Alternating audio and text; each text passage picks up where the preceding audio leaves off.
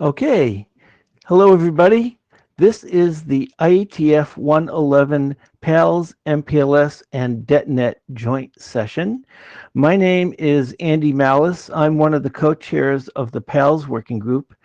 Stuart Bryant is also a co-chair of the PALS working group, but he actually will be taking more of a role of an active participant in today's meeting rather than in a chair role.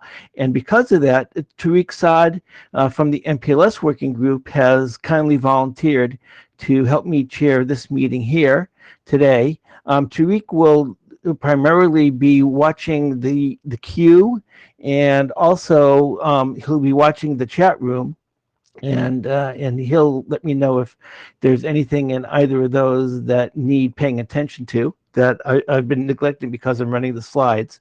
I'm planning on running all the slides tonight that make the or in this meeting. That makes it easier rather than trying to have everybody share their own screen.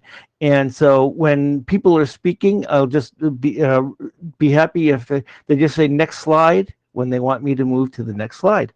And with that, I will do exactly that.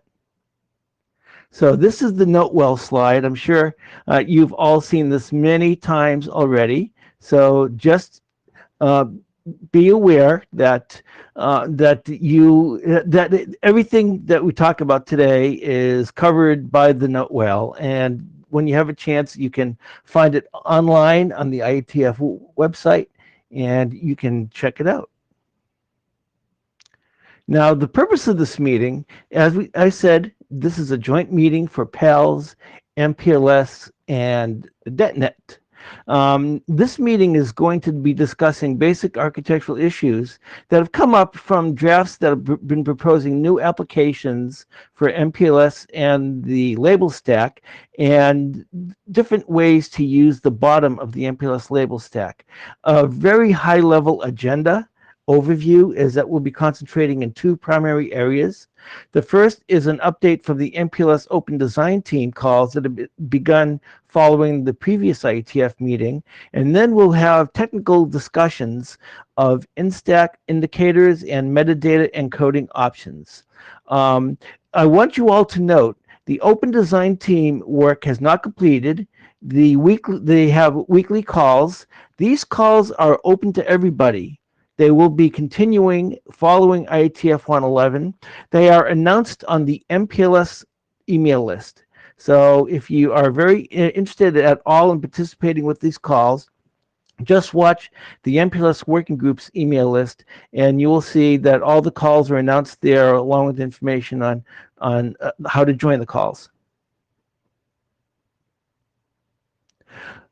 This is today's agenda. We're starting out with my intro, just 5 minutes. Then Stuart will be giving us a summary and status of how the MPLS Open Design Team has been working since it started following the previous IETF meeting. Then we will have, as I said before, two primary technical areas we'll be talking about. One will be in-stack indicators with Karidi, Stuart, and Hayu Song all speaking. And then we will have metadata encoding options with Hayu again and Jeffrey Zhang. We have 35 minutes reserved just for discussion of the draft. So what I would like to ask people to do is during the presentation of the drafts, if you have a question, only ask it if it's a question for clarification of a point on the slides that's being presented.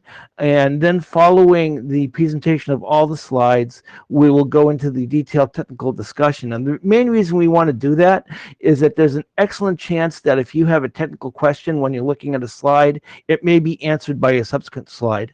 Either in the same presentation or in a following presentation. So as I said, only ask questions for clarification, and we will have a detailed discussion, 35 minutes or so, following the presentation of all the slides. And then we will close with Stuart giving a 5-minute summary of everything that we've talked about and what our steps will be going forward. And this is our online resources. I would like to point out that most everything that we're doing is online. I would like to thank all of the presenters today for getting all their slides in plenty of time. So everything's been uploaded to the meeting materials page. So if you want to download any of the slides, they're all available. They're all online on the meeting materials page for IETF 111. You can find the agenda at the URL you see on the slide. It's also available, of course, through the agenda page. We are taking notes using Etherpad or Code IMD. They're both exactly the same thing. That's the URL for it right there. You can also get the URL from the agenda page as well. What I would like you to do is, if you open that page, you'll see that there are today's agenda has been already copied into there, and after each of agenda item you'll see a thing that says star star notes go here star star. That's where I'd like people to type. So if you have any notes, questions, comments of you just like to take track of what's going on in the meeting, feel free to type it in right there. Dave Sinekrop will also be, Dave Sinekrop, by the way, I should have introduced him earlier. He's our working group secretary, and he'll be taking separate offline notes. And then following the meeting, he's going to merge his offline notes with everything that was typed into Code IMD as well. So everything will be recorded. He'll also be looking at what's typed into the chat window, because that's just stays put in the Jabber room, and he can incorporate anything that was of substance that comes up in the Jabber room as well. So that will all appear in the minutes following the meeting. If you have any technical issues at all, Meet Echo, the meeting audio, send an email to support@ietf.org. The IETF has basically taken all their possible things you could need help for and put it into one email spot, support@ietf.org. And we also have a live Meet Echo technician who's monitoring Jabber, the chat window, which is the same as Jabber, during the meeting. So if any technical issues pop up and you type them in there, they'll be seen by one of the Meet Echo technicians as well. And that's my closing slide here. Now I'm going to move on. And the first agenda item is going to be Stuart, who is going to be talking about what's happening in the MPLS Open Design team. So if you give me one moment, I will switch slides.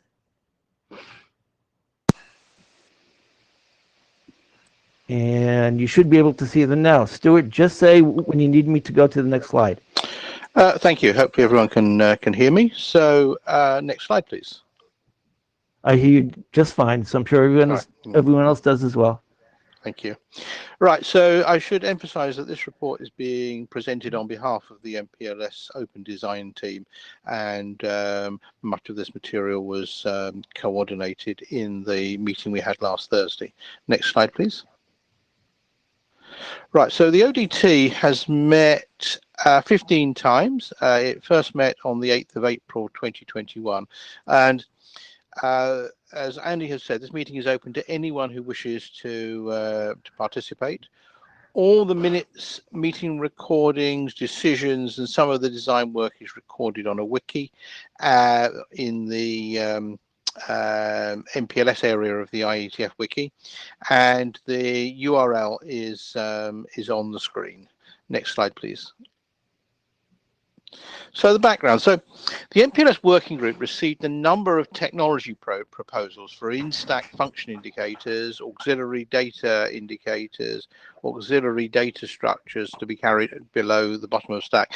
I tend to use the term auxiliary data. I think it is better than metadata, and so that's what I've tended to do. I did produce an Oxford English Dictionary sort of reasoning for this.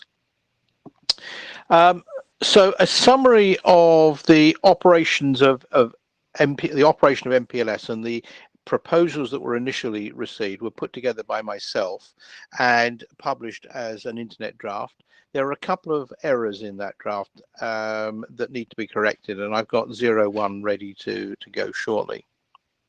So this is sort of a backgrounder to get everyone up to speed with the sort of design philosophy and the essential specs that you need to know to understand how the MPLS data plane works. Together with a couple of lines on each of the proposals. So in order to work out how to satisfy the underlying needs in a way that enhances the capability of MPLS without tying our hands and limiting what we can do in the future, the MPLS and PALS teams formed an open design team and invited DETNet. I think we invited TEAS as well, but they decided that they didn't wish to actively participate. PALS is involved because it was the first working group to carry ancillary data below the bottom of stack. It did this for two reasons: the control word, many of you will be familiar with, and also the OAM that's associated with the control word. So we were the first people to do this, and so we got quite an interest in a long-term sort of interest in the subject. DETNet, of course, also does something very similar in terms of control word. Next slide, please. Right, so we identified the following work items that needed to be done. First off, to look at and examine the label stack proposals that were presented. So things like repurposing the TC and the TTL fields, use almost the entire label in a label that's not at top of stack as a data field. Introduce something that people have been calling forwarding action indicators. So this is ancillary and additional instructions compared to the top of stack label. And one of the proposals is to reuse the entropy label indicator as an FAI. And then after the bottom of stack, we have data to be carried. Or at least in most cases. So a number of proposals have been put on the table. An MPLS extension header, I think really sort of very similar to IPv6. The generic delivery function. IOAM would need to go below the bottom of stack. And then we have some questions. Is it a requirement to have multiple auxiliary data items after the bottom of stack? Is it one packet, one AD, or is it multiple ancillary data items? Can the ancillary data change its size as it goes through a P router? Should the action headers be end-to-end persistent? That is to say, should we record all the actions that happened on a packet, or should we so they're there at arrival, or is it okay to discard them? And how do we instruct some nodes to take actions along the path but not others? Next slide, please. We started some work, very fledgling work, on understanding the use cases and applications for this, because that's a really good way to drive design decisions. And so far we've identified in situ OAM, network slicing, networking that is time sensitive or time critical, that may need some additional information, and MPLS network programming as 4 candidate use cases, and we're interested in people's opinions on those, and also whether there are additional use cases that we should consider. Next slide, please. So we've come to a number of agreements in the design team. Of course, such agreements need to be ratified by the rest of the working group. And we'd like to have some discussions in this session about some of this. So we think that, and the agreements are documented on the wiki at the page at the URL shown. So we think it's important to limit the number of new assignments of base special purpose labels as much as possible. We've got about half left, and when they're gone, they're gone. We have a standardized associated channel. This comes from the pseudowire work, and a mechanism for indicating it, the so-called GAL-GASH system. We don't think we should change the way the associated channel works in any way that breaks the existing implementations. That is to say, we should do nothing to the network that stops a pseudowire continuing, or a DetNet service continuing to work exactly as it does today. The ACH is found immediately after the label carrying the bottom of stack bit. Currently, there is no defined way of carrying multiple ACHs in the same packet. So our thought is that GAL-GASH should only be used as an OAM or instrumentation tool, and will not be used to carry metadata or ancillary data with user traffic. And that's the way it works so far. That's GAL-GASH. I didn't say the ACH. Next slide, please. Any new mechanism to carry metadata needs to have a well-defined method of handling types and versions that are not understood or supported by a receiving router. At the moment, I think you would just toss the packet. So we do need to understand exactly what we need to do as we expand these use cases. We need a mechanism to indicate the presence of metadata or actions on an MPLS packet. We therefore need an in-stack method to serve this purpose. Any in-stack method is in scope. Theory here is that it's expensive to go and have a look at the bottom of a deep stack, and so we'd rather not do it unless we know there is something of interest down there. One proposal is to repurpose an existing base special purpose label to serve this purpose. However, to do this, it must be shown that there is no potential interference with the current role of that BSPL. If we can't demonstrate the non-interference, then we should assign a specific forwarding action indicator based special purpose label. In other words, if we're going to break the existing applications that are associated with that BSPL, we can't enhance it to a new purpose. We would have to use a new SPL. Next slide, please. So one of the things that we've also concluded is that multiple actions may need to be indicated in the same BSPL. So remember, firstly, that we haven't got very many of them, so we have to conserve them. And in some ways, this is a BSPL conservation technique. But also, sometimes you may want to do several things when a packet arrives at a node.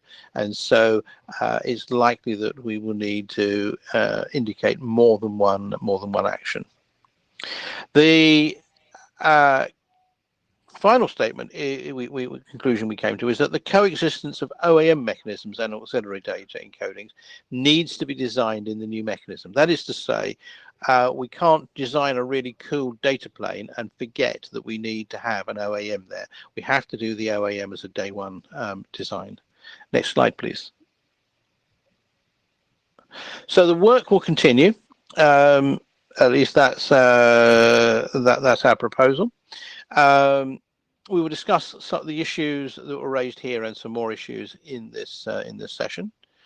We need input from the working groups on this work, and we really encourage those who are interested in this to participate in the meetings, which are currently at well, they're 4 o'clock UK on a Thursday at the moment. So any questions, please?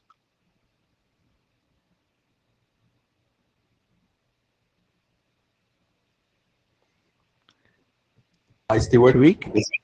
Yeah. Hi. My question is about the extended headers that we're thinking of getting in the ancillary data.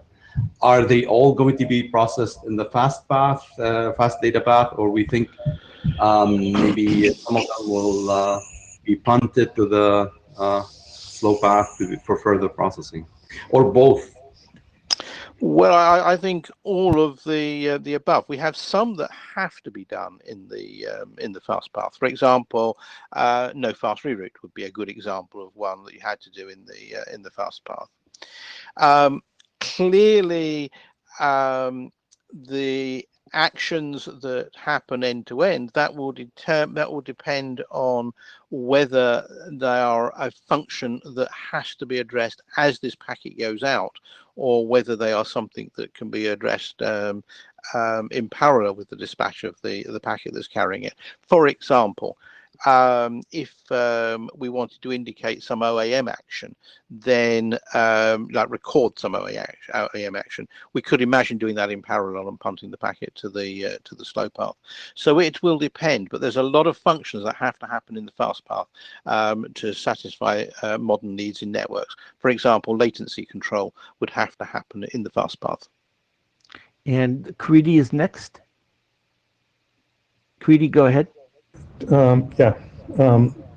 I was at 6-man today, and there was a discussion on making the hop-by-hop option in 6-man in IPv6 work again, and not be just summarily dropped. And many of the discussions that they were having, and I mean, even the questions like the terminology of fast path and slow path, I think echo some of the things that we're doing here, including things like how much of this do you process in the fast path? Is it mandatory to do the whole thing? If you can't do the whole thing, do you drop the packet or do you forward it anyway? So I think it would be helpful, if only to align the terminology and some of the issues for a joint discussion with, I think it was Bob who was presenting that work, but I think it would be useful to align these two. I agree. Yeah, I'll just co-author on the relevant ones. Loa, you're next. Go right ahead. Can you hear me now? Yes. Okay. So one piece of information to what Stuart said. It was not the TIS working group that was invited from the beginning. It was the Spring working group. It might have been a mistake not to invite TIS, but it was a Spring working group, and they decided to stand off a bit. Yeah, I apologize.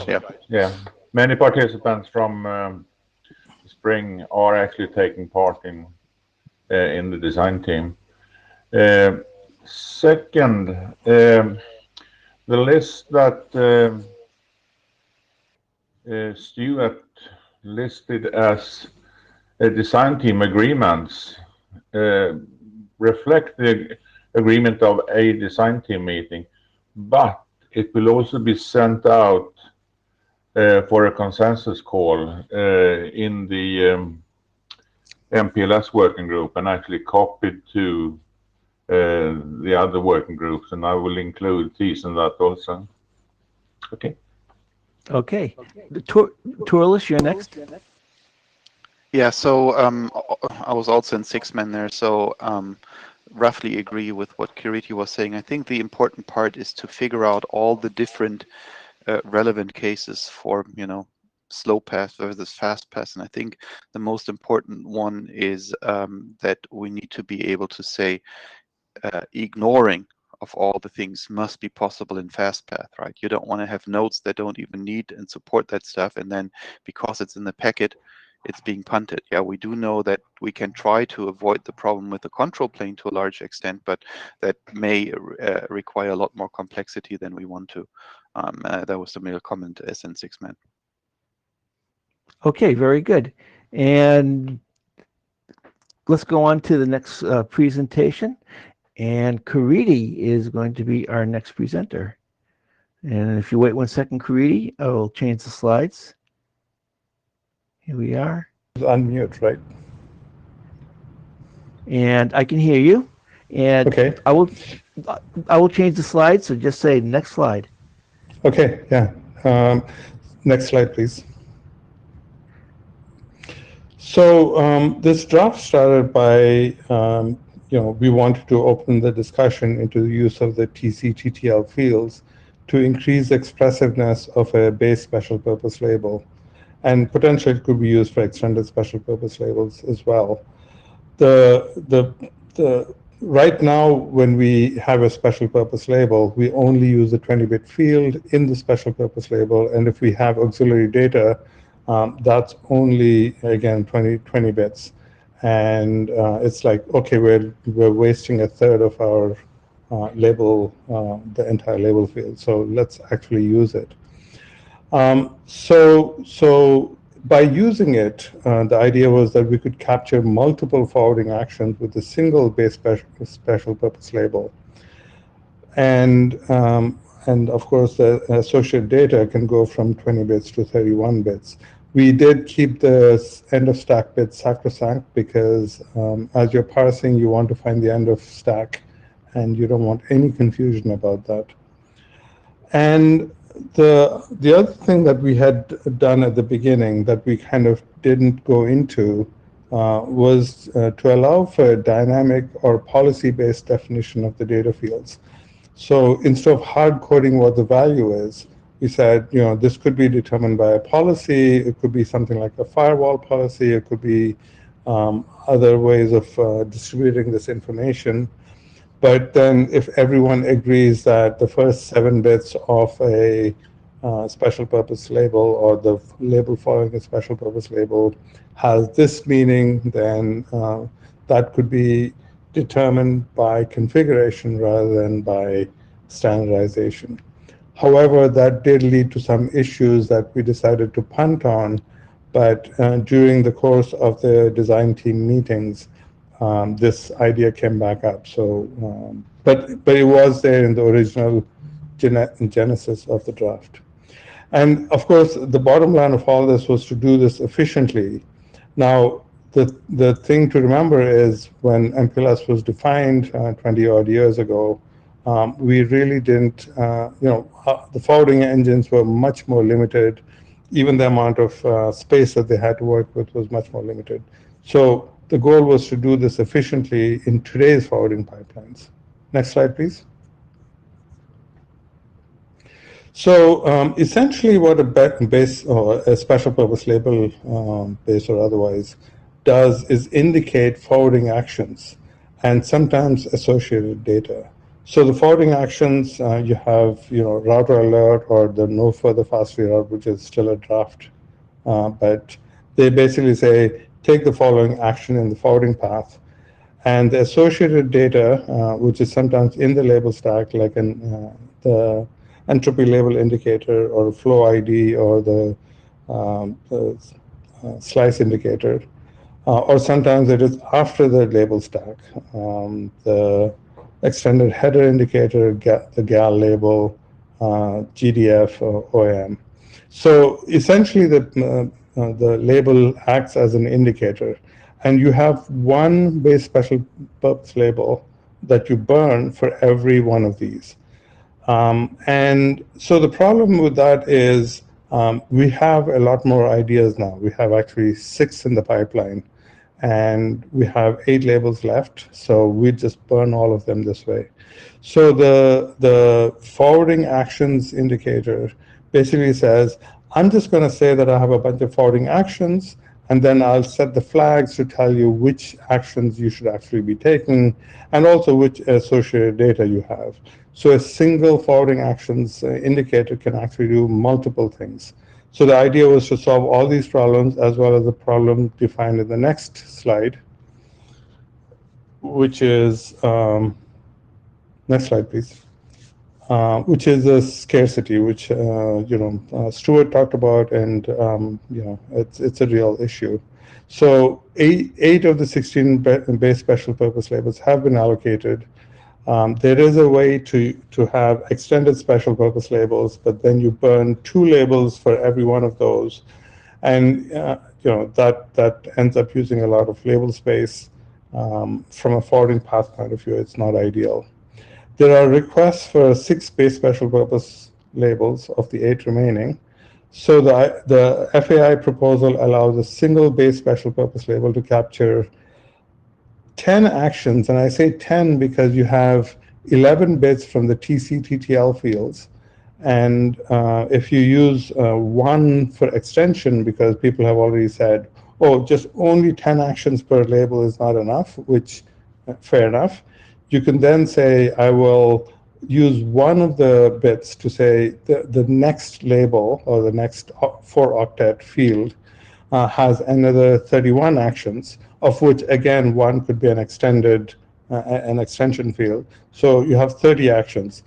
If you go down that path, then yes, you have to burn a few more label fields, but you get a hell of a lot of actions encoded.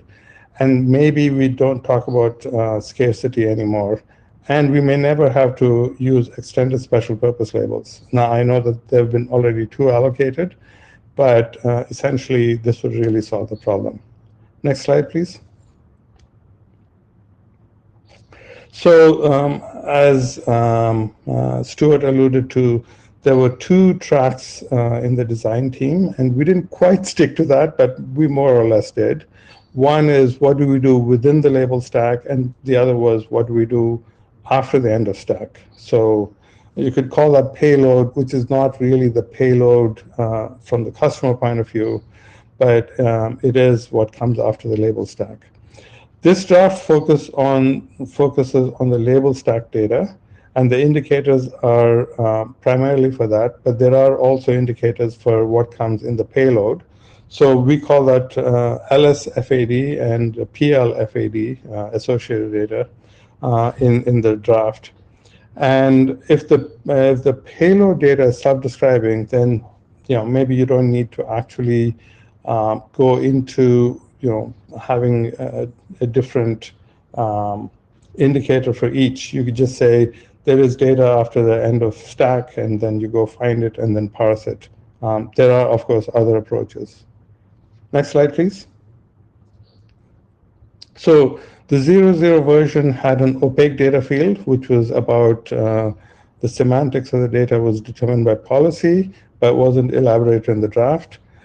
This topic came up, so we put it back in the 0.1 version. There was also an FA header for expansion of the flags, but it was not elaborated. Since both these issues were raised in the design team discussions, we brought it back in the 0.1 version. Next slide, please. So in the 0.1 version, we elaborate on the use of the FA header for expansion. So there's a single bit that says the next 4-octet field has 31 more bits. Presumably one of them will be used for further extension, but so you get either 30 or 31 more actions that you could do. Also, after a discussion with Hao-Yu, I started describing when you should put data in the label stack itself versus in the payload. So for example, the ELI, of course, at that time we didn't think a lot about this. We said we want the entropy label right there so we can make a forwarding decision on ECMP right when you see it. But then there are other things that may be similar. For example, a slice indicator is something you want to have right there so that you put the packet on the right path. But of course, not everything wants to be there. So a good example of that is the flow ID, which currently there's a draft by someone else who says, I want a flow ID in the packet, but it's more for OEM purposes. So I think there's a valid discussion. Should it be in the label stack or should it be in the payload? We moved some of the flags around in the 0.1 version to make space for what we call an end of stack distance, which is essentially a way, a slightly faster way to find the end of stack. There are only 4 bits, so depending on whether you count in 4-octet or 8-octet chunks, you can try to get to the end of stack faster, but you're not guaranteed to get to the end of stack. So you actually get to a label, and then you follow the end of stack bits until you find one which is 0, and then the next word is the end of stack. So this is a little bit different from what was proposed in Stuart's document, but has some of the same flavor. Also, the O1 version updates processing of the LSFAD and the examples. Next slide. So there are many discussion points. One is that the FAI must be processed efficiently in the data path. So a TLV structure, for example, would be very flexible, but it's not very efficient in terms of space and processing. So we use flags instead. There may be other approaches. The other thing that I think we haven't discussed, but we should be discussing, is seeing that this FAI actually accomplishes the task of 5 or 6 other FAI or SPLs. Should every SPL allocated by the MPLS working group going forward say, we are going to use the TC-TTL bits and we're going to make every future BSPL multi-purpose, and if we do that, we actually end up with a lot of space, a lot of actions that we can have. Even ESPLs can use this approach. The rationale of when to put data in the label stack versus in the payload, and you have to reach it. Even if you can reach it efficiently, it's still a little further away. And there's always the issue of how much of the header of the packet do you read into your forwarding engine so you can process it. So this is a lot of this depends on the forwarding engines you use and what is considered efficient in the data plane. So I think this rationale should be spelled out some more, and this is another thing that might be in common with what the 6-man work on hop-by-hop headers. There is a question of multiple FAIs in a label stack, so maybe an FAI per segment. There is whether we should actually use the eDist, which is a 4-bit field, versus 4 more indicator flags and pointers. So label stacks are very large, so finding the end of stack efficiently is useful, but we have to figure out how to do that in the right way. Next slide. So the idea of flexible definition of forwarding actions has come up again and should be debated. There are issues if it is not standard. What happens if 2 adjacent routers or 2 routers in the path have different ideas of what's going on with the associated data? How do you change configuration across the network in a meaningful way? But the idea is a very attractive one, so I think it's worth debating it again and maybe solving some of these problems. So the issues are listed next. And then the other thing is that it's not mutually exclusive to have standard actions that, the FAI contains the entropy label and the GIST label. And by the way, it also contains more data, which is determined by policy. You can have both. So they're not mutually exclusive. Another thing I should say is the idea of indicators in the FAI and pointers are also not mutually exclusive. Offline, I was thinking of ways where we can put the 2 ideas together. It isn't in the draft right now, nor has it been discussed, but at the next MPLS design team, we might bring up this subject. Next slide. I think that might be the last slide. That was the last slide, actually. Yes. Okay. And we have one question from Torlis, and I would like to end the queue just with Torlis because we are a bit behind time now. So Torlis? Yes. Right. So in 6-man, there was also one draft they discussed, which was kind of a generic next generation router alert, also programmable, right? So maybe the discussion point 2 about the programmability of the semantic of these things, together with the equivalent idea from 6-man, is something to be brought up in LSR or routing working group to ask for, do you folks feel we can have an appropriately strong, consistency model from the control plane to do this, right? Because the other points I'm really not that much worried about.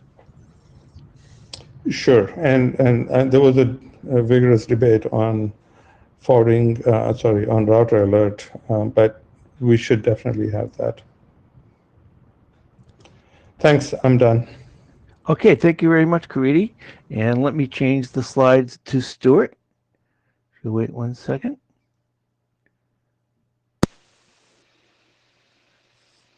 Okay, Stuart, take the floor. Right, so next slide, please. So what we're talking about here is a specific solution for using pointers and showing how they add value to the design of packets. Pointers allow specific rather than implicit data or actions to be located, and they allow an association or direction as to what data carried in the packet you want to use in processing a hop. There is a draft that's being presented in RTWG that gives you a much more complete idea of where this could go, and describes quite a powerful sort of language, if you like, for packet design. So as an advert for that. Next slide, please.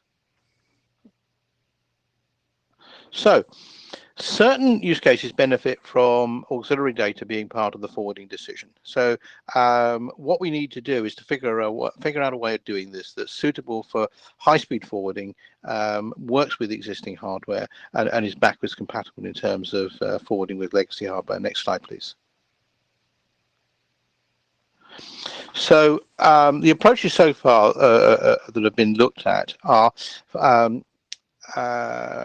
rely on the forwarder finding out if there is any applicable auxiliary data below the bottom of the stack and deducing which of that auxiliary data needs to be applied at this hop. And we already do this, for example, when we sneak a look at the transport fields, for example, for load balancing. Some methods make it easier to deduce if there is data, but not where the data is. None of the proposed methods really deal well with the case of auxiliary data that is different at different hops. So the approach that we're describing here builds on the draft that Kariti proposed at the last IETF meeting, but instead of using the TOS and TTL bits as pointers and stuff, as regular indicators, we're going to use them as pointers. Next slide, please. We're going to propose using it as that. So the core idea is to use some spare bits in inverted commas in a non-top of stack field as a pointer to the specific ancillary data that is to be used at this hop. So the semantic is forward according to the top label L1 using the assistance of the information pointed at by the pointer label L2. So it forwards was normally when L2 is not a pointer, so you're not requiring that a pointer follows the top of stack. So it's a normal MPLS label stack most of the time, but if we wish to insert a pointer, we can do so, and that pointer directs us to specific content of interest. Next slide, please. So the advantage is that we have the ability to find which auxiliary data is important to us without reading the whole of the stack. Indeed, we know whether we want to look at the bottom of the stack, and we know specifically where. It has the ability to specify which ancillary data is applicable to a particular forwarding label. It simplifies the packet parser as there are no deductions or discretion needed in how it's going to operate, and it's inherently general and extensible. Next slide, please. So our assumption to start with is that the pointer will be a special purpose label of some sort, but we could make the top of stack indicator we could make the top of stack indicator pointer, but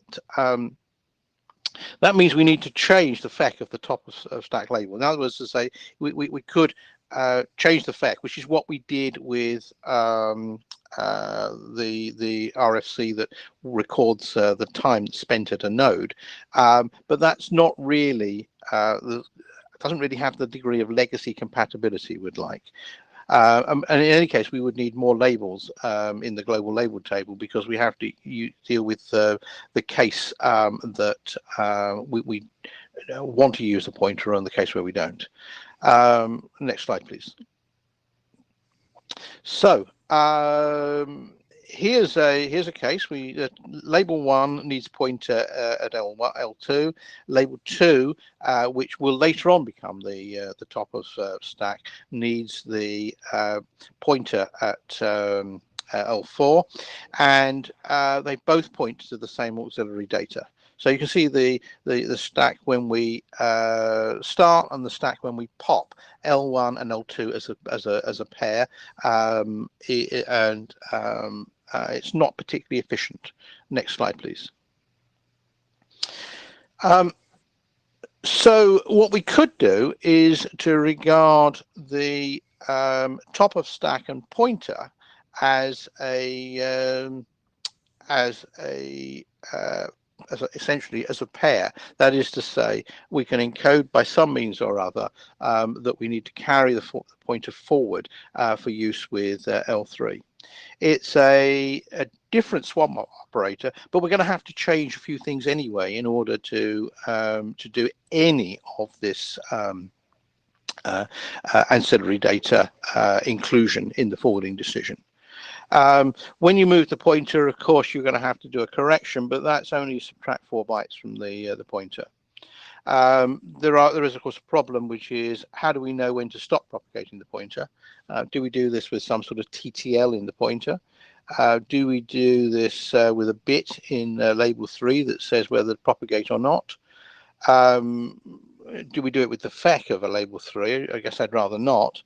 Or do we point to a piece of auxiliary data which says what we are to, when we're to pop the SPL? Next slide, please. Now, clearly we can extend our thinking further and have multiple pointers. So the semantics now becomes forward according to L1 using the information in pointer 1 and pointer 2. It's an obvious extension to the concept. Next slide, please. And of course, you'll notice that we can do this in groups. So pointer 1 is only used once, but pointer 2 is used twice because there are occasions where multiple hops need to point to the same piece of ancillary data to do their job. Latency-based forwarding is a good example of that. Next slide, please. Now, when we presented this in the design team, the first one of the issues that came up was, what do you do about ancillary data that needs to grow? An example of this is one of the classes of IOAM. So our thought is that you're going to have to always shift the stack up and put the increased data in with any sort of growing ancillary data. But what we can do is we can take some learnings from the way that disk operating systems work and put the expansion space, insert that into the ancillary data block after the existing ancillary data, and have a pointer from the block that's expanded to the expansion block. We can do this as many times as we need. So we can learn from the way that disks operate and expand ancillary data if that is needed for certain types of, well, usually OAM operation. Next slide, please. Something that's important to understand with all of these techniques is the need to describe the disposition of the ancillary data. So once the ancillary data, once the packet has got to the edge of the network, we need to remove the ancillary data. And this can be a lot more complicated than just simply dispose of n bytes. And there are a number of techniques that we've explored for finding the disposition data. We can follow the same technique as we do in pseudowire, which kind of says, what follows the bottom of a stack. We can have an SPL at the bottom of a stack, a bit like a GAL, to say what to do. But the most powerful thing to do is to make the bottom of stack LSE point to auxiliary data that describes the disposition. This is much more powerful than any of the implicit methods that we've used in the past. Next slide, please. This is just a trivial sort of concept of how it would work, and if you've studied the work that Cariti has proposed, you would understand this. Next slide, please. So this is a short note that SPLs are in short supply. It's a heretical note, really, I suppose. ESPLs take twice the stack space. I was wondering whether we couldn't use a regular label as a pointer. So I'm not talking about global labels in the way that the MPLS segment routing people were. I'm talking about needing a small number of labels which we agree to use network-wide for this. So we take some labels out of the regular global pool and we assign them to this purpose. They don't need to be a common label block in the sense that SR needed it, because it doesn't matter whether they can appear in the fib or not. If they can appear in the fib, then you just need to pre-allocate them. If they can't appear in the fib, then these are special labels that are handled by the forwarder, and so the forwarder would handle them in its own way according to this forwarding semantic. So we could special case a few of the normal global labels and significantly expand the number of special purpose quotes labels in the network. Next slide, please. So questions, please. And I see Cariti. Good. Thanks for the presentation. So a couple of questions. One is effectively, and you've kind of said this, you're burning a special purpose label if you use special purpose labels for a particular type of auxiliary data or ancillary data that you point to. So that label basically says, if you follow the pointer, the data that you get has this semantic. And I think the value of trying to get multiple uses out of a special purpose label using this the TC bits, and say the next label says I have maybe 4 pointers, depending on how many pointers we can squeeze into it, and those 4 pointers have this meaning. So I think that there's a way to combine the use of, use the TC-TTL bits to indicate what the actions are, to indicate essentially the semantics of these pointers, and then actually, follow the pointers to get to the data that you need to get to. So that's one point. And be delighted to spend time discussing that with you, Cariti. I'm not precious about the design. What I'm quite intrigued with is that you can do some very powerful constructs if you point to things rather than imply that they're there, that they're somewhere. Well, yeah, so that's the other part of what I was going to say is there is this section that I put in the 01 version of my draft, which is when do you put data right there where you need it, and when do you put data that you point to, which you can point to at the end of stack or beyond the end of stack. And I think that's another discussion that is worth having from the point of view of, when we did the entropy label. I mean, when we did GAL, we said, okay, we didn't have a pointer, but you just look for the end of stack, and then beyond that, you're going to have this associated channel, and then go do your stuff there. But with the entropy label, we said we have to have that right there. So at the point that forward is trying to make a decision, it's there. So I think there are some things that you want in the label stack, you want at your fingertips, so to speak. It's almost like if you continue your discussion or analogy of the disk, it's like that cache that you have that's right there, and then you point to the disk, and that's where the longer term storage is. So I think that's another thing that needs to be fleshed out some more. And then the last thing I would say is that label stacks are getting very big. So I think we have to talk to a few people. That's why we had someone from Broadcom Israel, who was a co-author, because we wanted to discuss what would it mean for a forwarding engine like what Broadcom builds. We know we have our own ASIC team, so we can tell you that. But we want to get sort of a wider experience of what ASICs can do, what is easy, what is hard. And that's why I say there's some overlap with 6-man, trying to define what's the right way of processing this stuff and how much of it you process. But yeah, I think there's definitely good things on both sides, and we should continue this discussion. Okay, very Thanks. good. Thank you for those comments. We have to keep the queue going. I'm going to cut the queue off after Tariq so we can move on. But Tariq? Yeah, hi. Quick question. Normally, extended headers are processed sequentially. Are the way you describe them, Stuart, as if we are processing one extended header in singleton. Do we need to design it, in our encoding such that we don't process the headers sequentially? Is that what you're thinking?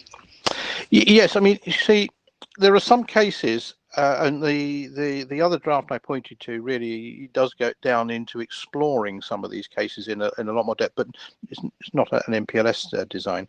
There are some cases where you want to skip over a piece of data to process. There are some cases where you want to share a specific piece of data, but only on some hops. I think we need to look at the application and then decide what makes sense in terms of laying out the auxiliary data, and then get the stack to indicate which pieces we need to process on a particular hop. I mean, some hops you may not want to do everything.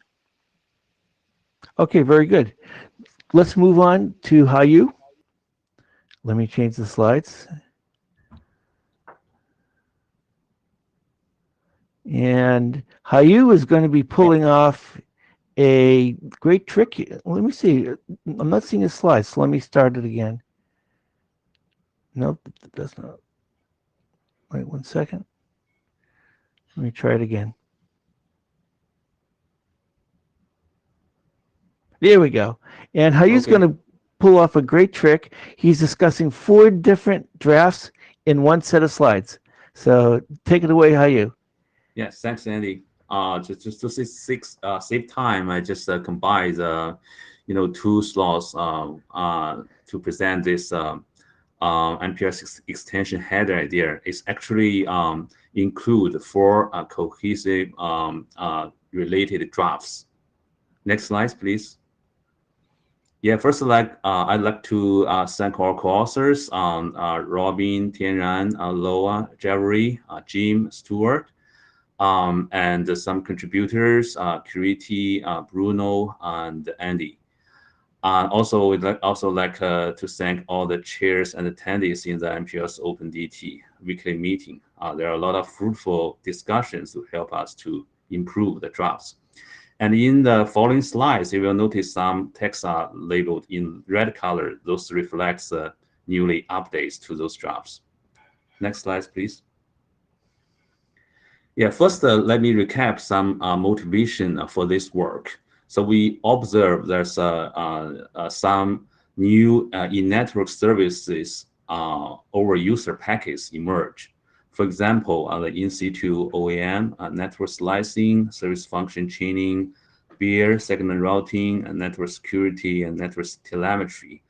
All of these need to add some special metadata or instruction to the packet header. And when you think of them in a piecemeal method, some of them will claim, okay, we can stack this data just between the label stack and the original payload. But soon we will find, in many cases, we might want to support multiple such applications in one packet. Then they will compete for the same resource. Also, each of them will require maybe a new label, special label to indicate it. That will become very inefficient. Also, we want to make this really flexible. On the label switch path, any node is able to add, process, and remove some instruction header or metadata. So in this very flexible configuration, we have to have some mechanism to support that. So that's why we think about how we can do this efficiently in MPLS.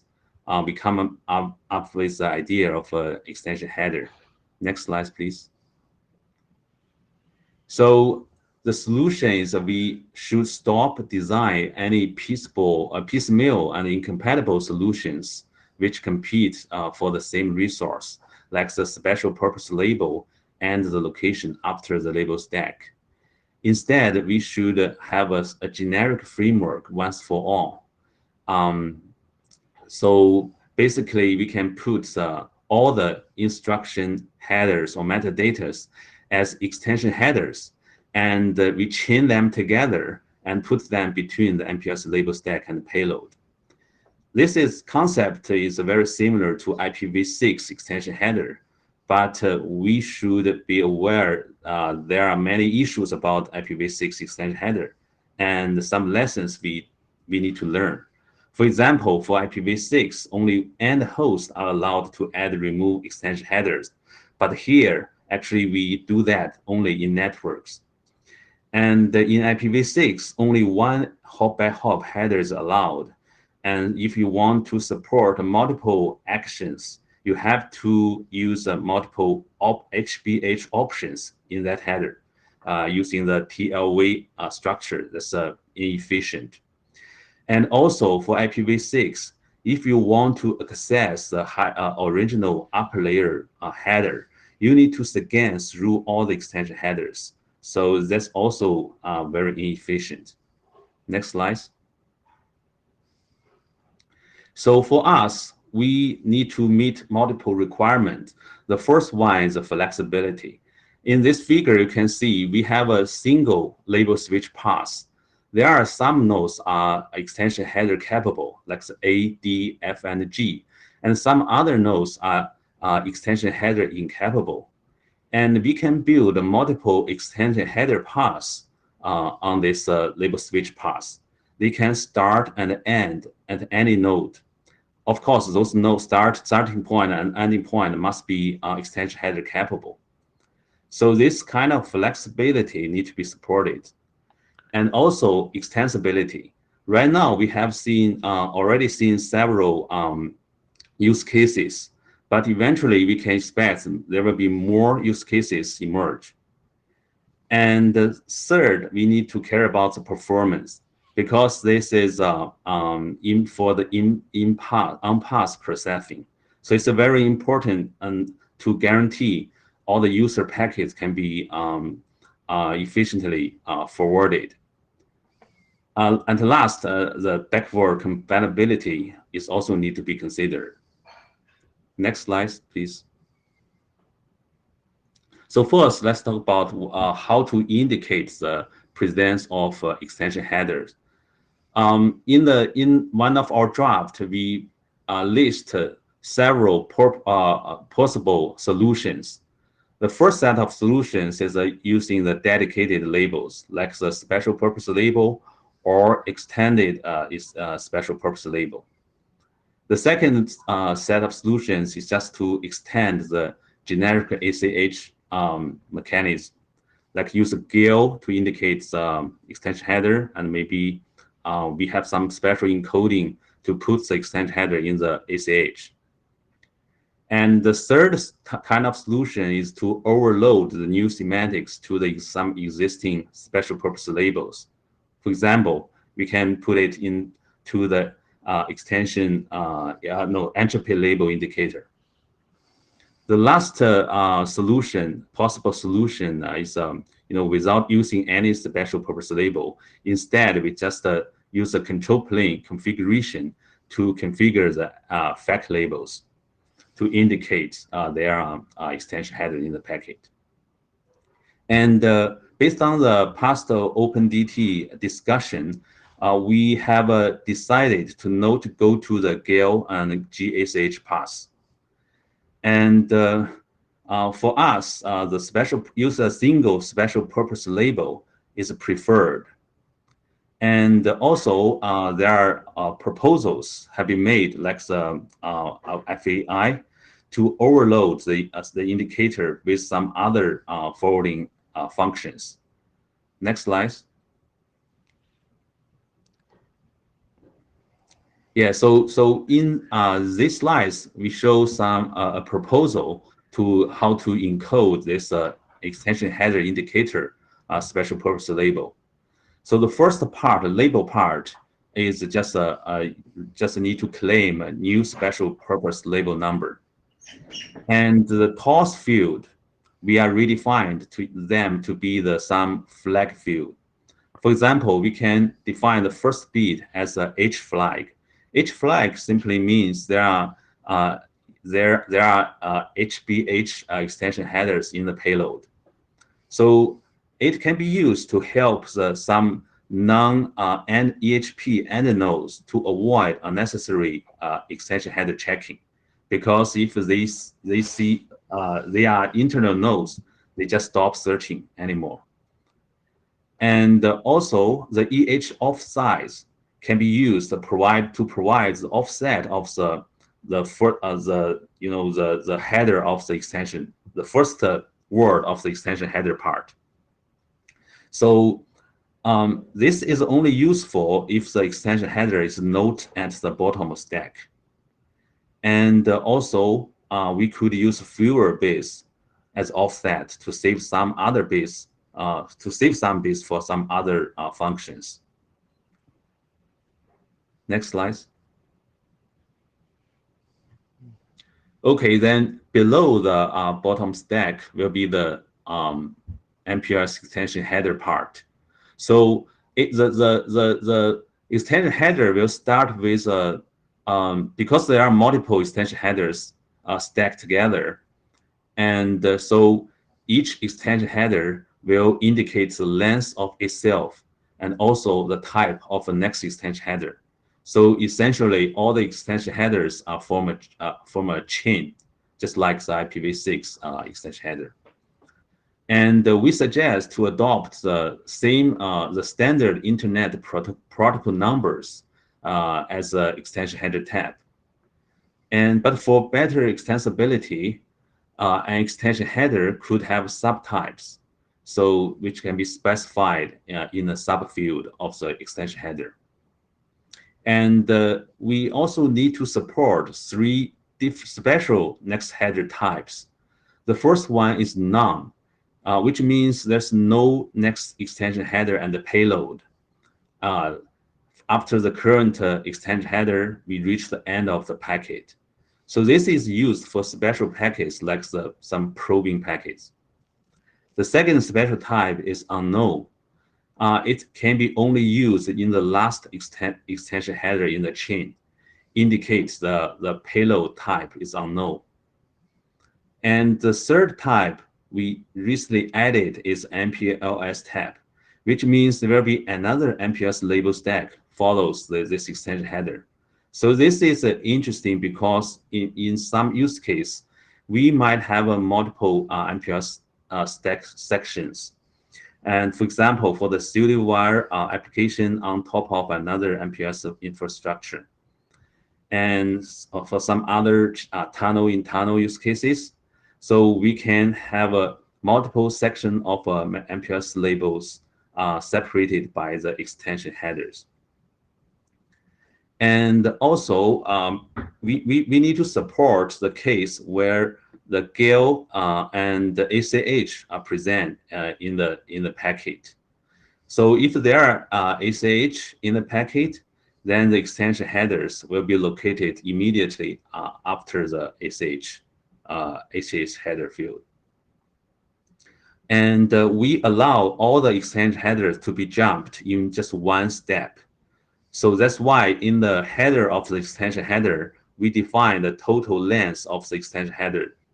So if we want to access the original upper layer header, we can jump to that section immediately. And also, we want to support both end-to-end type or hop-by-hop types. And for the efficiency, we require to put the end-to-end extension headers behind the HBH extension headers.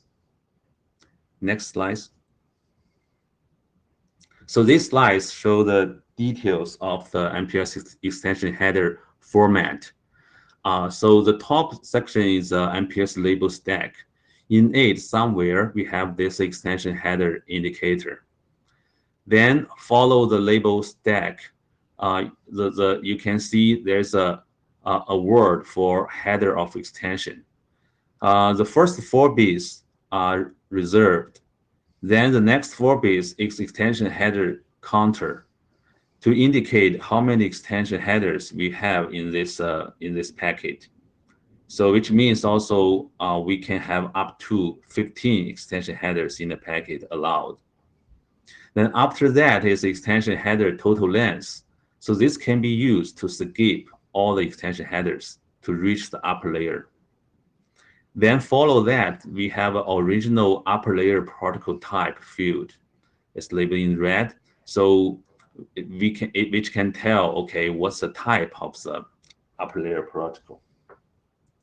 And then we have a tab for the next header. Follow this header of extension header, HEH. We just have a chain of extension headers. For each extension header, it starts from the next header type and the current header length. So you can see there's also a possible optional field. It's a subtype extension. So it just which can be used to extend the extension header types. And with this configuration, we can allow the total length of the extension header to be 1K byte. And also, we can support the case there's 0 extension headers and only the header of extension header exists. So with this, it can be used to tell what's the type of the upper layer protocol. Next slide, please. We also have ways to optimize the forwarding performance using FEC labels. Because right now, if we don't have any other method to, we have to scan through the entire label stack to find the extension header indicator. So if it's below the TOS, the top of stack, there could have some performance impact. And so to solve this problem, when it's establishing the label switch path, we will assign 2 FEC labels. And one is means, okay, this just forwarding the packet, there could be extension headers. You need to search for it if you are extension header capable. But another means there's no extension header in the packet. It's explicitly to tell that the fact. So for the E8 extension header incapable nodes, they just do the regular forwarding. But there are extension header capable nodes. If they receive a regular label, so they will need to examine if there are extension header in the packet or not. So if yes, they will use if there's a extension header in it, they will continue use a regular label to forward the packet. If it finds there's no extension header, they will switch to the no extension header fact label to forward the packet. And for the EH capable nodes, if they receive a no extension header label, it will know, okay, there's no extension header in it, and if it also doesn't add any new label, a new header to the packet, it just needs to forward this packet with a no EH FEC label. If this node inserts some new extension header to the packet, of course, it will switch to the regular label to forward the packet. So this way, we can, in many cases, we can improve the forwarding performance without actually needing to search for the extension header. Next slide. So summary, we think the extension header is a generic solution for MPLS in network services. It's built on common industry practices and keep performance, flexibility, and extensibility in mind. And we also believe extension header is especially compelling for MPLS because MPLS label stack, the overhead is much smaller than IPv6. And MPLS is also protocol independent. We can use it to actually encapsulate any other protocols. And the good thing for us is also we don't have too much history burden like IPv6. Therefore, we have a lot of room for new innovations. So just let's keep it rolling. Thank you very much. Okay, very good. I see one person in the queue. Jagan Babu, take it away. Yeah, this is the concept wise is very good, but what I feel is that implementing in the hardware will be pretty complex, and also if you do that, then we might need to change all the routers if you want to support any new features which needs this kind of enhancement. Yes. So in terms of packet parsing, is no more difficult than the current practice. But yes, with any added extension header, you need some more packet processing. So therefore, I believe in most cases you will control how many extension headers allowed in the same packet. Okay, shall we?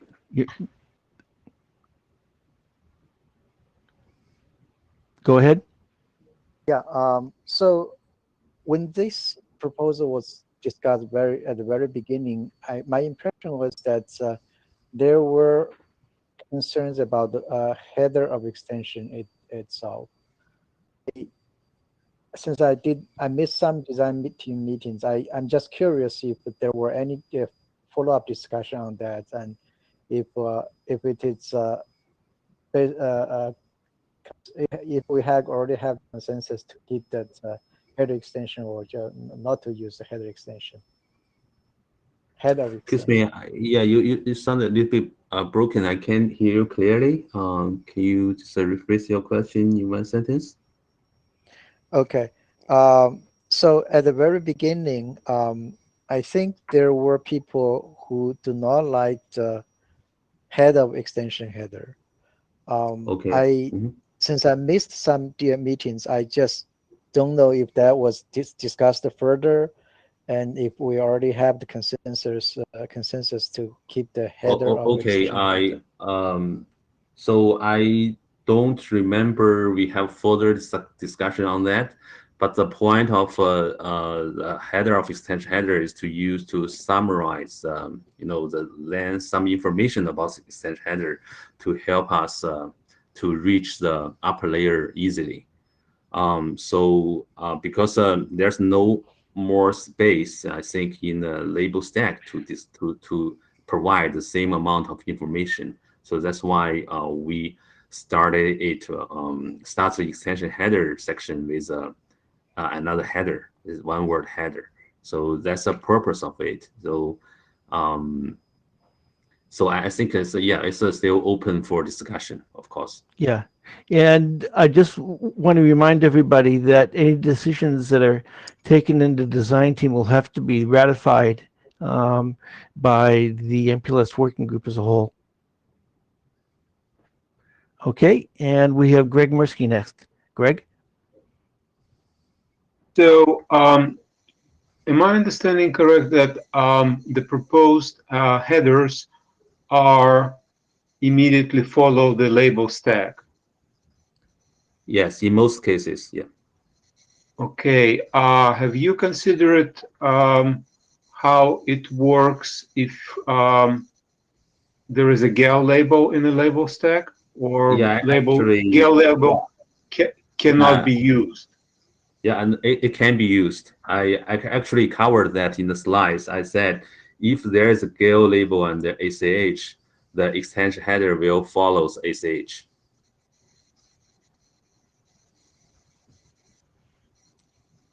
Yeah, that's covered in the draft as well.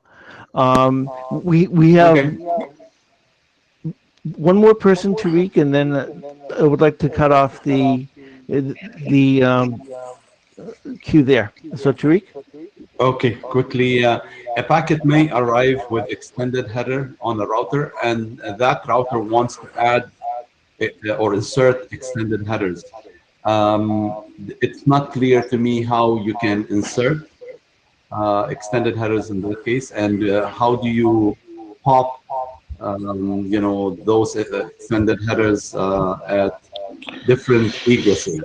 So Yeah, yeah, it's easy to add a new header into a chain, right? You just find the right location, then you modify the previous header's next header field, and you put it after this header, and the chain also set its next header to the value of the next header type. So that's it. For deletion, you can do the similar thing. You just need to modify some field in the previous extension header. Okay, Stuart, can you make it quick? Yeah, I just wanted to clarify a point that how you were saying that you could put an extension header after the ACH. There is no length mechanism in the ACH at the moment, so existing ACHs can't have extension headers after them. You wouldn't find them. Okay, thanks. Yeah. Thank you, Hao-Yu, and Yep. Okay. let's move on to Jeffrey. So let me quickly change the slides.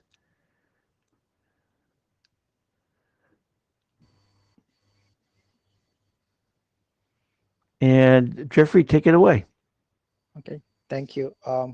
So this is update on the generic delivery function, in particular to use MPOS or beer extension headers. Next slide, please.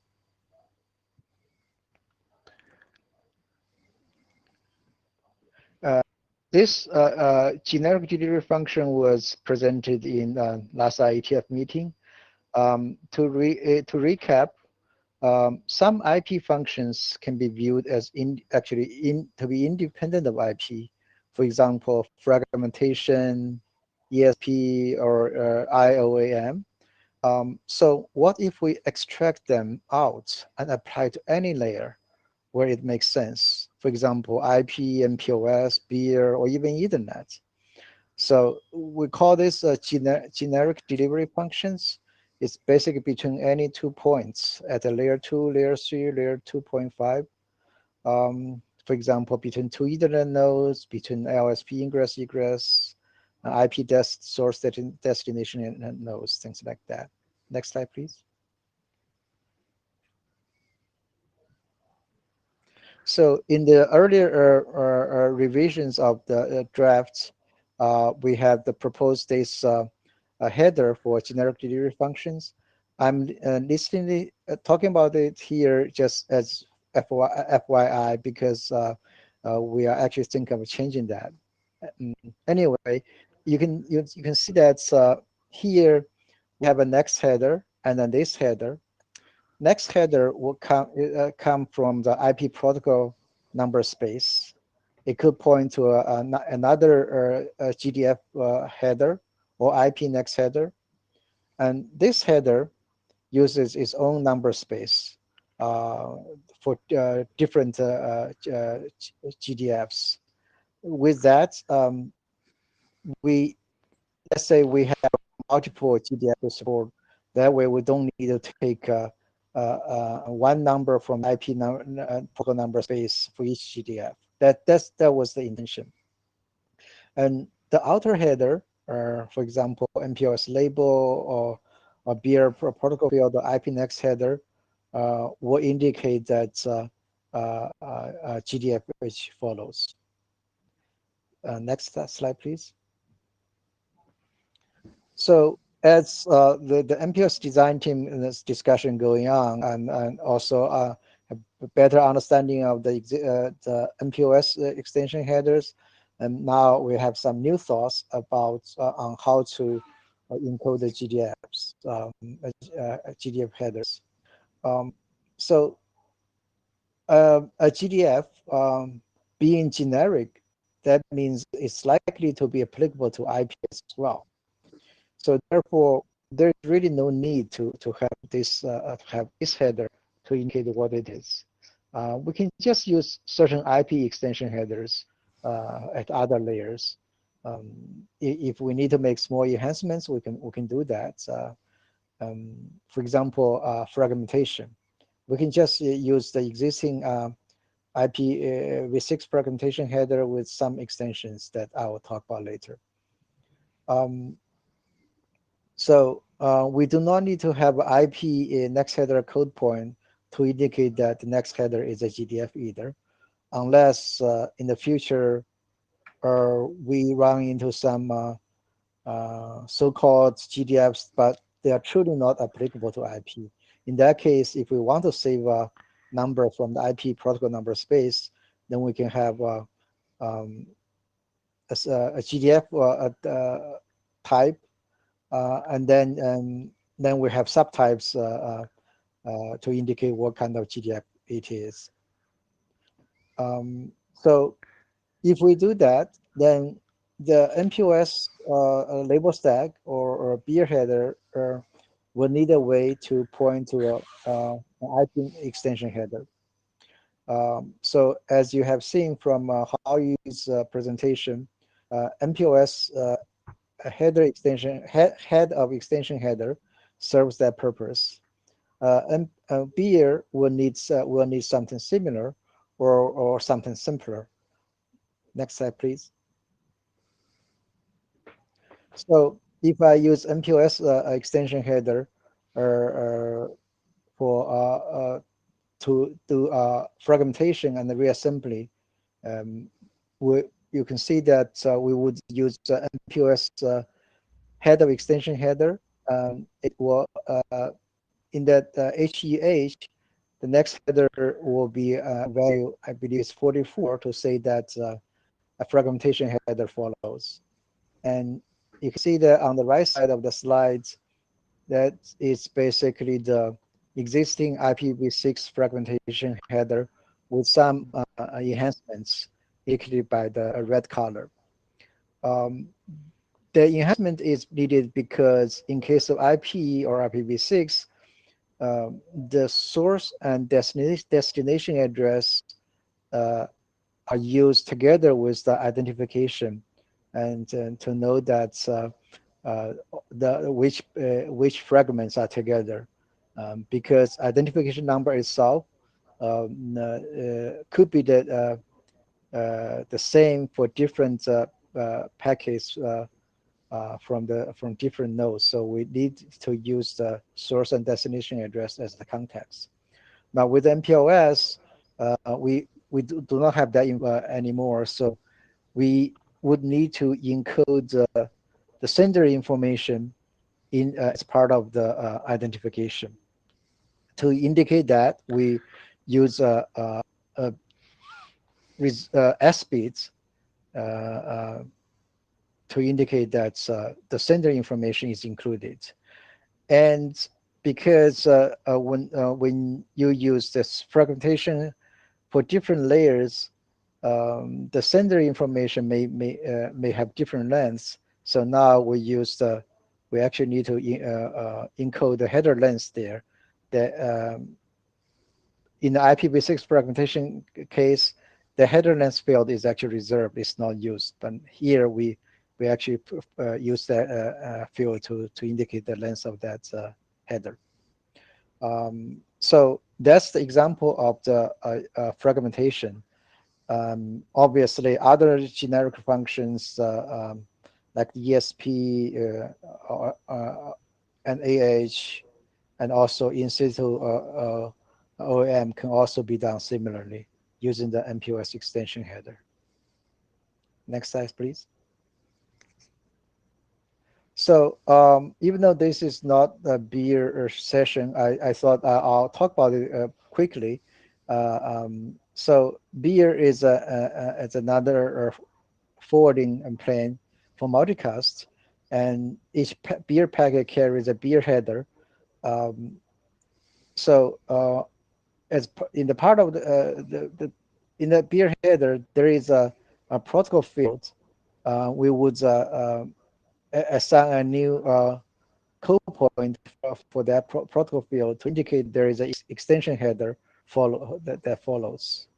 And so when the protocol field is set to that protocol set to that code point, it means that after the regular beer header, there is this extension header following. That we can either start with something like the MPOS header of extension header, or we can simply just need the 8-bit number to indicate what that next header is. So it depends on the discussion and whether we really want the HEH or not. That's why I was asking the question earlier. So then after that, you can see that the purple color is the IP extension header used for fragmentation. And here we don't even need that sender information here, because in the beer case, that BF IRID fields after the protocol field can be used to identify sender, and that together with identification can be used for a fragmentation and reassembly purpose. The next slide, please. So we have not got a chance to update the corresponding our draft, because this the news source came very recent after or more discussions on the MPOS extension header. But so we will seek more comments, and then we will update the drafts accordingly. So that's end of the presentation. Okay, thank you very much, Jeffrey. And just before I give the floor to Karidi, because I see he's in the queue, that was the end of our last formal presentation. So now we have about 25 minutes by my watch for open discussion. So the floor is open to everybody for whatever you'd like to talk about as a result of all these presentations.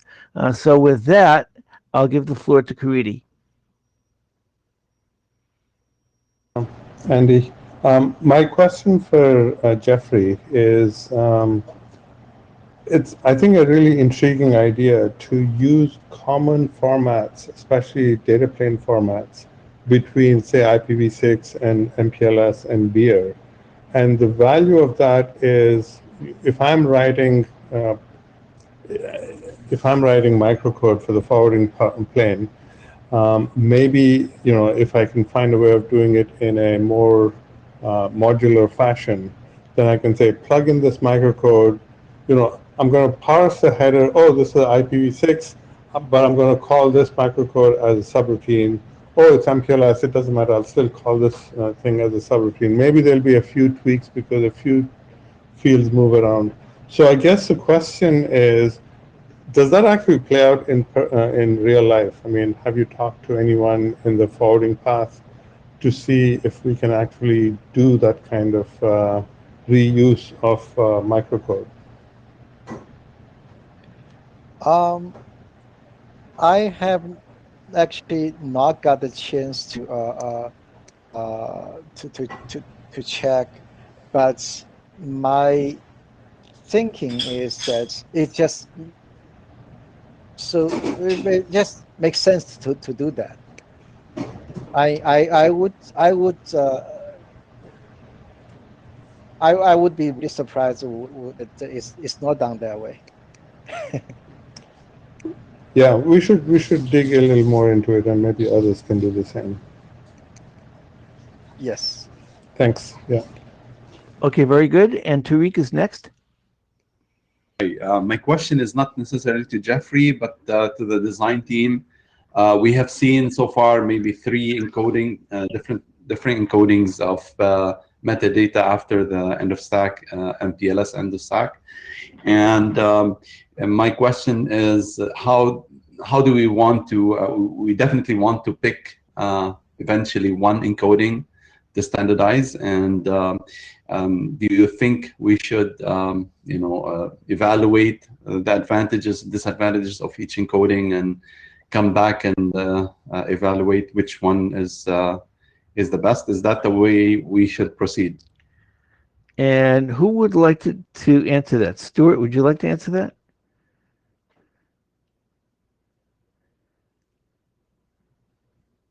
Speaking now, yes.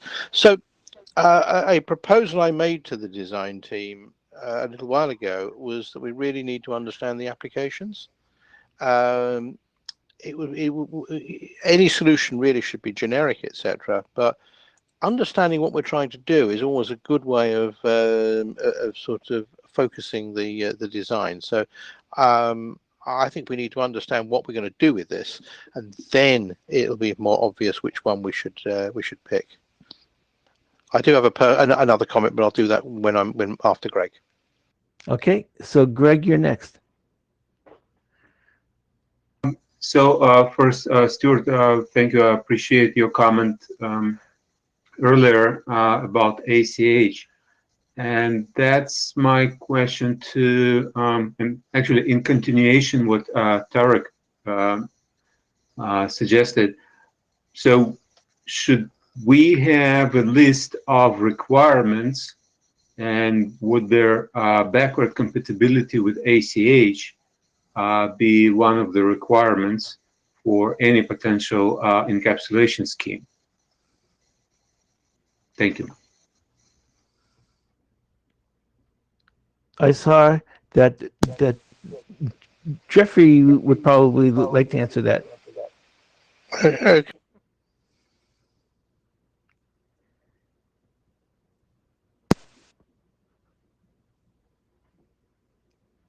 Jeffrey, are you speaking? We can't hear you.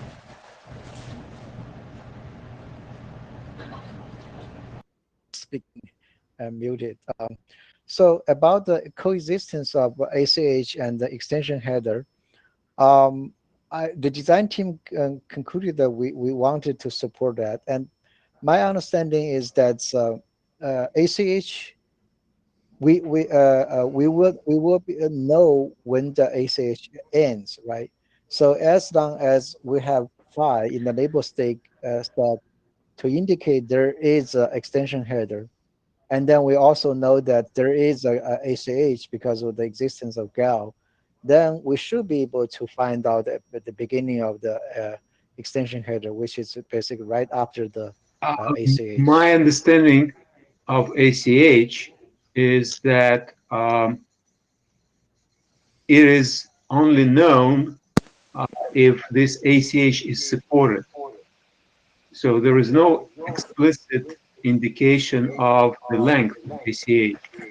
And for example, residence time measurement that includes PTP messages.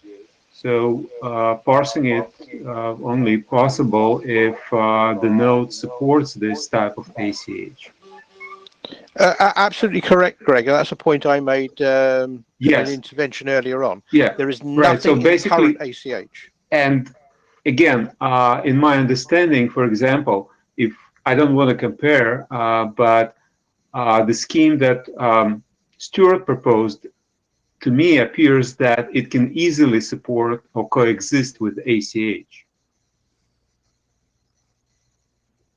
Yes, I believe it could, because it points directly to the information you want to use. You don't need to now when Absolutely. you pull the thing apart, you're going to have to figure out how to pull it apart. But yes, that's my understanding. Is always, yeah, but again, I just don't want to extensively discuss this point, but just to have this as a requirement and when we get to evaluate different proposals, understand what ACH currently is and how it's been defined and how it's been used.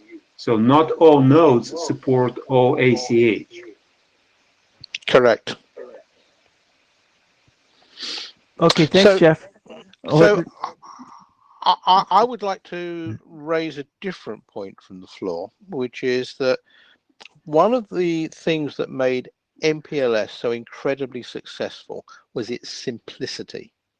And when I look at some of the proposals, I fear that we have lost sight of that cardinal principle in the design of MPLS, that it should be simple and that the control plane should take an important role in interpreting what the actions are.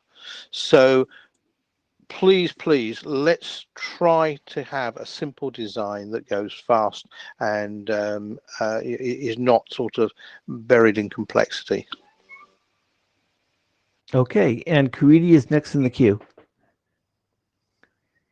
Thanks, Andy. I want to go back to the ACH question. I dropped a comment in the chat that maybe we should put that to bed. The idea that you have, a header or sorry, some data that you don't really know where it ends. You doesn't have a length field. I think that makes things harder. I think Stuart was agreeing that it's not the data that we want to throw away, but maybe the encoding of it and the way that you actually deal with this. I think we might, if we come up with a comprehensive way of encoding data after the bottom of stack, then we can fold ACH into that and then sort of deprecate at least the GAL label and the current way of doing ACH, and carry the useful parts of that in a way that's compatible with how we're going to do stuff after the end of stack. Thanks. Okay, thanks. And Jeffrey is next. Okay, I want to make 3 points. I hope I remember that those 3 points. About again for the coexistence of ACH and extension header. If we say that we are going to not allow the coexistence, or if we are going to say that we will just implement the ACH function as using extension header, then yeah, we solve the problem that way. But if we do to allow coexistence, and now that I know that there is no length in the ACH header, then I realized that how you actually talk about that for the indication of the existing extension header, at that part we can actually provide an offset, right? So that's one way to find out where the extension header exists, starts when we also have the ACH. So that's the first point I want to make. The second point about complexity. I guess if we have a requirement, then we want to support it. But I guess the definition of complexity is complex. Is the pointer solution a complex solution? I guess that's also subject to discussion. The third point is I kind of forgot. I guess I'll drop it for now. Table it. Okay, very good. Thanks. And Jeff, you're next.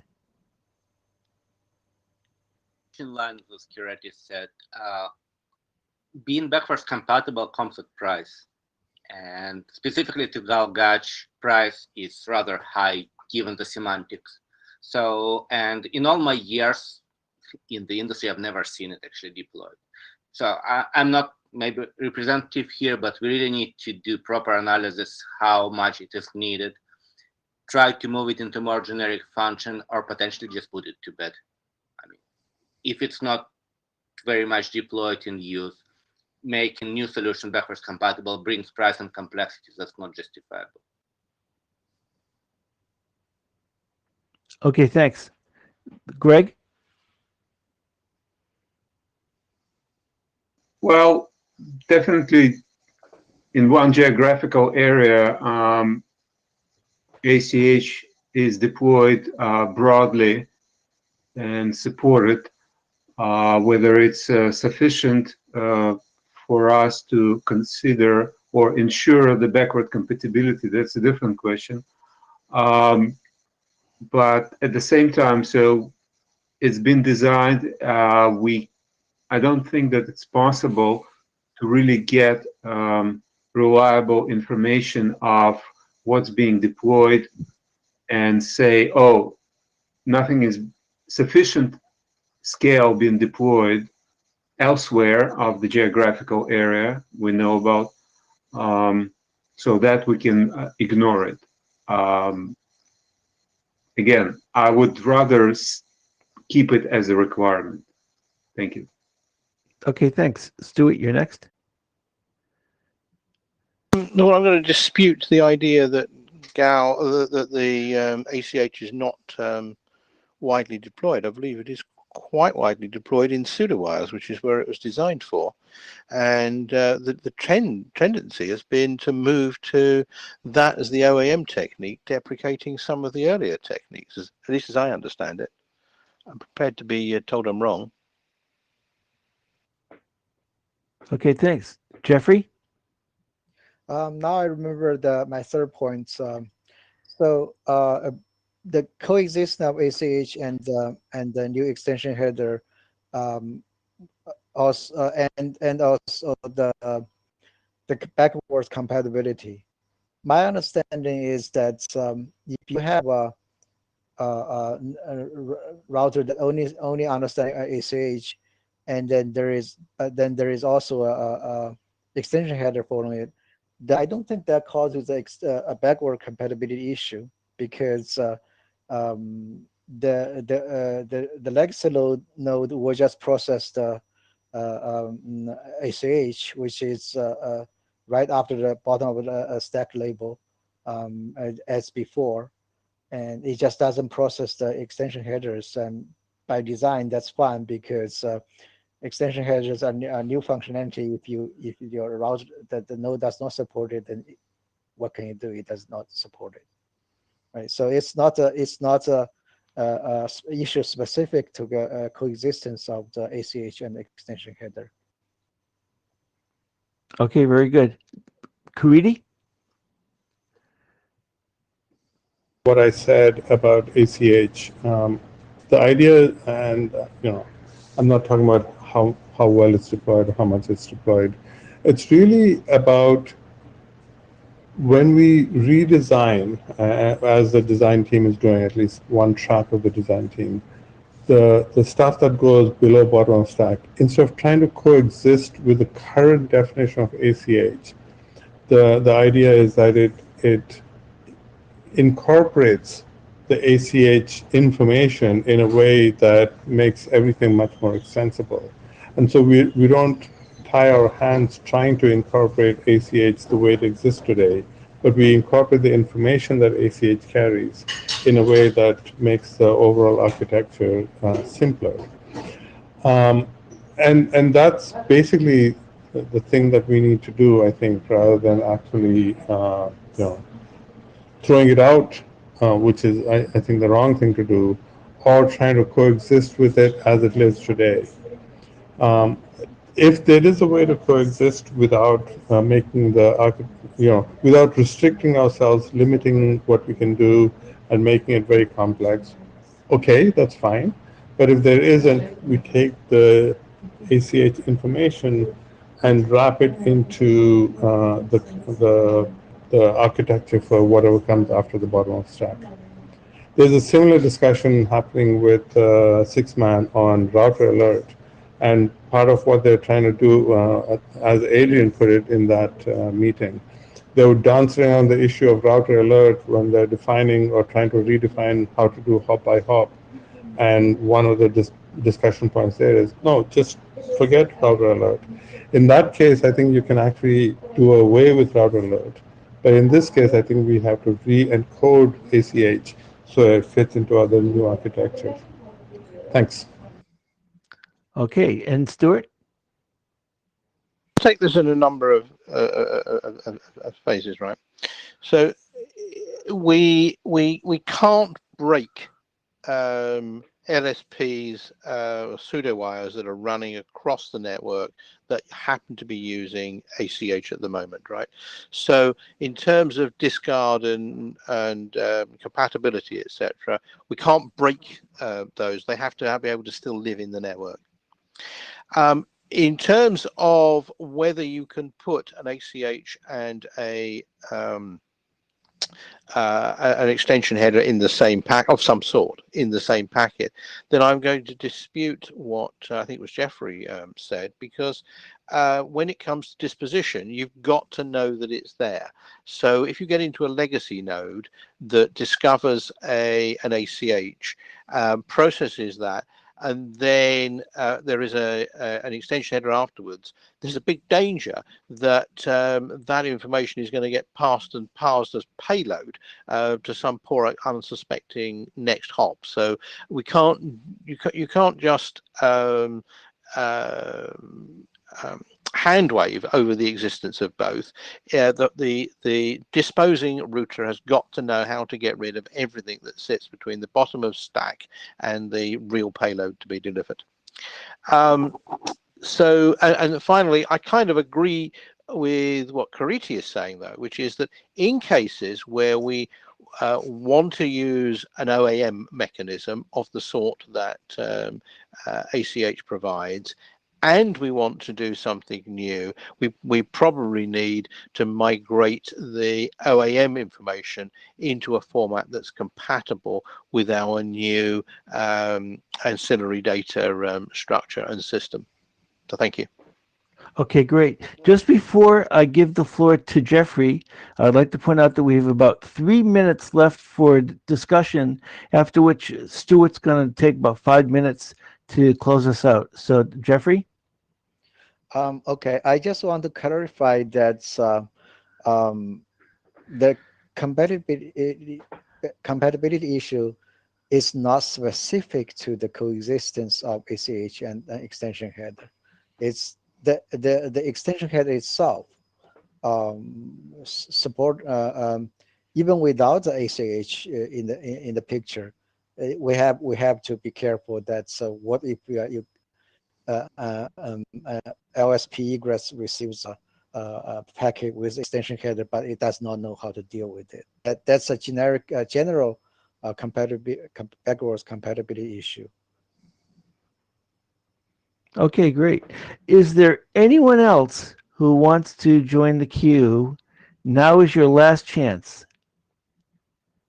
Going once, going twice. Okay, Stuart, the floor is yours to take us out. Right. Okay. Well, I will attempt to summarize what I think are the key takeaways from this. First is that we should probably extend an invitation to the TEAS working group. Lou is at liberty to say no, we don't need to, but I think we should probably extend and you should note to the members of the TEAS working group that we exist and are doing this work. There's clearly a tie-in with the work that Sixman are doing on hop-by-hop headers. There's some mutual learning, not necessarily the same solution, same technical solution, but some mutual learning to be done. And I think it would be useful to have a joint session with them. A number of these proposals could usefully be merged. Certainly the work that Kariti's done and the work that the people I've been working with have done could be usefully merged. We need to see how we can merge with the AD, the more complex approaches for describing the data, the ancillary data definitions. I don't know what synergy there is there, and that is something that the design team needs to actively work on. And finally, it's quite clear from this discussion that there's a lot of ACH coexistence matters that are still unresolved, and some quality time will need to be spent by the design team working on that and trying to find a way of finally resolving that. I'm not sure whether I missed anything else that any of the other chairs want to say, so I'll put it over to them to add their comments. Okay, anyone else like to speak before I end things? I'll wait for 1 second here. I don't see anyone else joining the queue. So I put up the meeting online resources slide again. I especially want to point you again to the MPLS Open Design Team Wiki, which is the URL starting with track.ietf.org. Everything going on in the design team can be found there.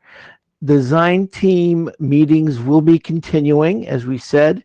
So, and the announcements for the design team will be made on the MPLS email list. So monitor the MPLS email list. And it looks like Loa has something he'd like to say. So Loa, go ahead. Yeah, just about the wiki, everything is there, but the structure is not very good. So if you go look at it and can't find things, ask myself or any other of the MPLS working group chairs or some other chairs. You will find it if you look, but the structure is bad. Okay, and Tariq? It's along the same line. I wanted to say that we have a use case wiki that we started somewhere on the the wiki that you're pointing on. It's another page or pointer listed there. I extend this invitation to everybody interested to describe use cases. We did identify a couple of them, and they were noted on the slides that Stuart had presented. So yeah, I mean, definitely we want to cover all the use cases that we want to tackle so that we can define the solutions that we want or evaluate the options that we have. So my invitation is for everyone to contribute on the use case description there. Thank you. Excellent. Well, with that, I believe we're done. So thank you all very much. We finished just on time. Everyone have a good evening. This, I believe, closes out the day for Tuesday. And we'll see you all tomorrow. And we'll see most of you in the MPLS working group session. Thank you much.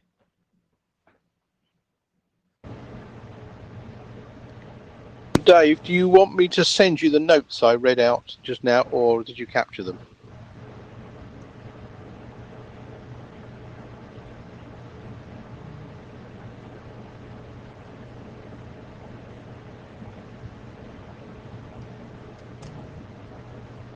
Dave, if you're speaking, we can't hear you.